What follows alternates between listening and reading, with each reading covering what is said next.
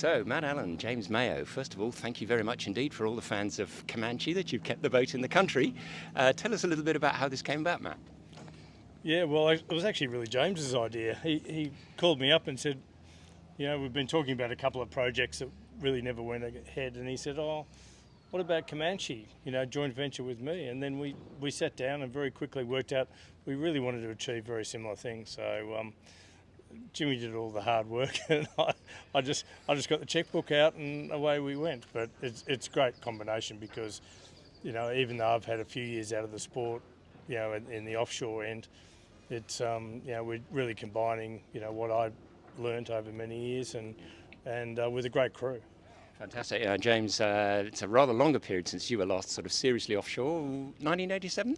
Yeah, it was. My last race was 1987, and to reiterate what Matt said, it really came about because I really had admired what Matt had achieved over the years, and I thought it would been really nice to do it with someone with similar goals, and so the phone call was made, and the journey began, and we sat down with the key people, and everything was aligned, so we went forward. Fantastic. And you've literally just landed. You had a mixed bag of lots of breeze and not so much. Tell us about how it was. Yeah, I think we had a lot thrown at us. I think we used every sail on the boat. We saw up to sort of 35 knots, and brand new crew. And I've got to say, the passion and the teamwork that everyone showed was first class. A bunch of great professionals, and we really performed really well. And a good core of people who've been on the boat anyway for a while, Matt, yeah? Yeah, I think that was really important to us, is to keep, a lot of the people who've been sailing on the boat, in previous years that know the boat. It's obviously a very complicated boat to sail. There's lots of different modes, and to keep, them running forward. But they're people that we've sailed with for years, and they're all sort of our friends, and we add a few extras and away we go. And have you done any mods yet, or are you sort of having a go and then seeing whether you need to do anything sales and otherwise? Yeah. Oh yeah, we've done some sail. Okay. We've built some sails, and we've got some more coming. So we're just doing that sort of modifications, improvements to the boat that was there last year. Nothing major, no new keels or rudders or masts or anything. Yeah. But yeah, just and obviously the modes of the boats. There's just so many different modes, and you just need to get on top of that and work through those. Great. James, we would normally see you on a naturals, I think, probably these days, but how was that first hit out offshore for the, some solid stuff? Oh, it was pretty different. It took me back to sort of, I think, to Rampant in 1986, I think, where it was just wild and we were heading offshore, and I was like, what the hell are we doing out here?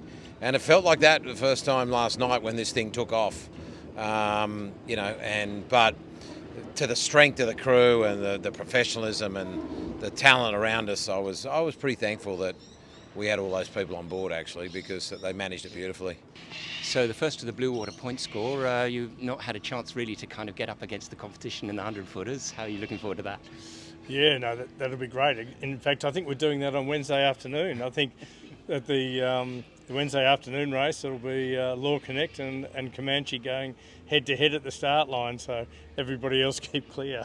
All right, so that means there's going to be a huge fleet going to enjoy that with you. Yeah, that's right. I mean, the boats are just like magnets. Everyone wants to have a look at them, and especially doing a bit of essentially match racing on Sydney Harbor will be great fun.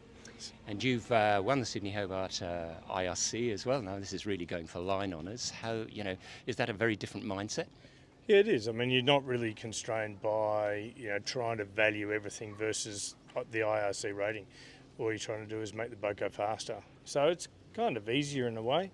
I mean, we all know what makes boats go fast. It's just a matter of then, can you implement it before Boxing Day, and do you want to spend the money? So yeah, it's kind of easier rather than doing all those other evaluations. Great. And James, what's your main role on the boat these days? I'm going to do some helming, and I'm really kind of looking and overseeing a lot of the roles, and want to have a better understanding of how the boat works, and I can sort of jump in round the back of the boat when needed. But my main principle is I really want to enjoy it and sail with Richie and Graham and Ian, who was our coach, and we, you know, after just coming off winning the Etchell Worlds, it's just a fun thing to do as a group and continue the success. So Yeah, it's interesting. You've got GT, Richie, and others all in the back of the boat there. Sort of very familiar faces to you both, really. Yeah, totally. We've sailed with both, you know, all the guys, you know, for many years on and off, and yeah, that's great actually. Just putting a lot of people who've sailed together and worked together on various projects over the years together. Fantastic. So one last question then. What's the full program? So we're going to do quite a few Wednesday afternoons, which is just getting everyone used to the boat and, you know, used to, you know, the two of us steering the boat as well. You know, it's just obviously different from an Etchell, different to a TP52 to steer, but essentially it's still a yacht. But we're also doing the Cabbage Tree Island, Bird Island, the Solus Big Boat Day, the Maxi Championships, and then there's something at 1 o'clock on Boxing Day. Oh, tell us about that.